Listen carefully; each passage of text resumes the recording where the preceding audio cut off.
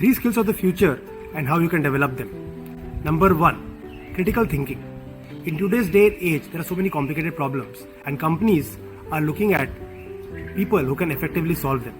Effectively means not only in terms of time, but also in terms of cost and making it very efficient. Number 2, emotional resilience. It's very, very important today to have proper emotional resilience because there are so many challenges at work. Even if you are working remotely, we need to understand that how to deal with the other person, how to communicate with the other person in spite of the differences of opinion that are there. Number 3, people management. An extension of emotional resilience, people management is a very, very important skill today because managing machines is easy, computers is easy because they don't have emotions, but human beings, they have emotions.